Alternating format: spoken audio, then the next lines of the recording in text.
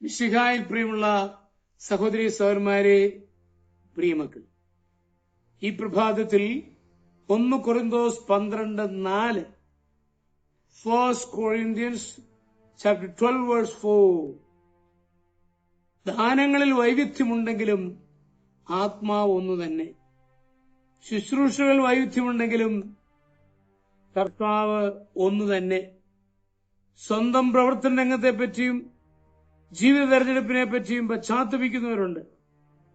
മറ്റേതെങ്കിലും ജോലിയിലായിരുന്നെങ്കിൽ നന്നായിരുന്നുവെന്ന് ചിന്തിക്കുന്നു.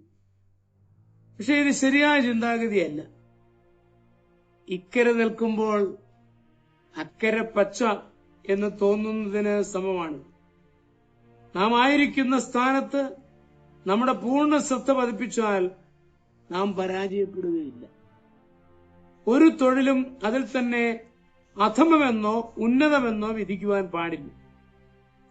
വിശുദ്ധ പൗലോസിന്റെ ബോധ്യത്തിൽ ഒരാത്മാവ് തന്നെ പലതരം ശുശ്രൂഷകളെയും അതിനാവശ്യമായ കൃപാവരങ്ങളെയും കൊടുക്കുന്നതായി പറയുന്നു. മനുഷ്യ ശരീരത്തിൽ വിവിധ അവയവങ്ങളുള്ളതുപോലെ സമൂഹത്തിലും വൈവിധ്യ രീതിയിൽ ശുശ്രൂഷകൾ നിർവഹിക്കുന്നവരെ ആവശ്യമുണ്ട്. റേഡിയോയിലൂടെ സുവിശേഷ പ്രഘോഷണം നടത്തുന്ന ഡി ഹാൻ കരീബിയൻ ദ്വീപിലെ പ്രക്ഷേപണ കേന്ദ്രം സന്ദർശിച്ചപ്പോൾ അവിടുത്തെ എഞ്ചിനീയറായ ഹോഗൻ 500 അടി ഉയരമുള്ള തൂണിൽ കയറി ജോലികൾ ചെയ്യുന്നതുകൊണ്ട് അത്ഭുതപ്പെട്ടുപോയി. താഴെ ഇറങ്ങി വന്ന ഹോഗനെ അനുമോദിച്ചപ്പോൾ അദ്ദേഹം തനിക്ക് നാട്ടിൽ വരുമ്പോൾ 50 പേർ കൂടുന്ന മീറ്റിംഗിൽ എഴുന്നേറ്റ് നിൽക്കാൻ സങ്കോചമാണെന്ന് പറഞ്ഞു. ഡീഹാനെ സംബന്ധിച്ചിടത്തോളം എത്ര വലിയ സമൂഹത്തെയും അഭിസംബോധന ചെയ്യുവാൻ പ്രയാസമില്ല. പക്ഷെ 50 അടി ഉയരത്തിൽ കയറുവാൻ പ്രയാസമില്ല. എന്നാൽ ഈ രണ്ടാളുകളുടെയും പ്രവർത്തനം സംയോജിക്കുമ്പോഴാണ് റേഡിയോയിലെ സുവിശേഷ പ്രഘോഷണം വിജയിക്കുന്നത്. ദൈവം നമ്മെ ഓരോ പ്രത്യേക ചുമതല ഏൽപ്പിച്ചിട്ടുണ്ട്.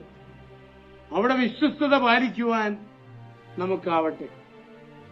ഉരുളുന്ന കല്ലിൽ പായൽ പിടിക്കുകയില്ല. പതരെ ചിന്തയുള്ളയാൾ ഒന്നും നേടുകയില്ല. അപ്പൊ നമ്മുടെ ജീവിതത്തിൽ എവിടെയാണോ ദൈവം നമ്മെ ആക്കിയിരിക്കുന്നത് അവിടെ പൂർണ്ണമായും ഫലം പുറപ്പെടും. Bloom where you are planted എന്ന് പറയാറുണ്ട്. അതിന് സാധിക്കട്ടെ എന്ന് സ്നേഹപൂർവ്വം ആശംസിക്കുന്നു. നമ്മുടെ കർത്താവിശ്വമിശിഹായുടെ കൃപയും പിതാവായ ദൈവത്തിന്റെ സ്നേഹവും പരിശുദ്ധാത്മാവിന്റെ സഹവാസവും പരിശുദ്ധ അമ്മയുടെ മധ്യസ്ഥതയും നിങ്ങൾ എല്ലാവരോടും കൂടി ധാരാളമായിട്ടുണ്ടായിരുന്നു. എപ്പോഴും എപ്പോഴും എന്നേക്കും. ആമേൻ.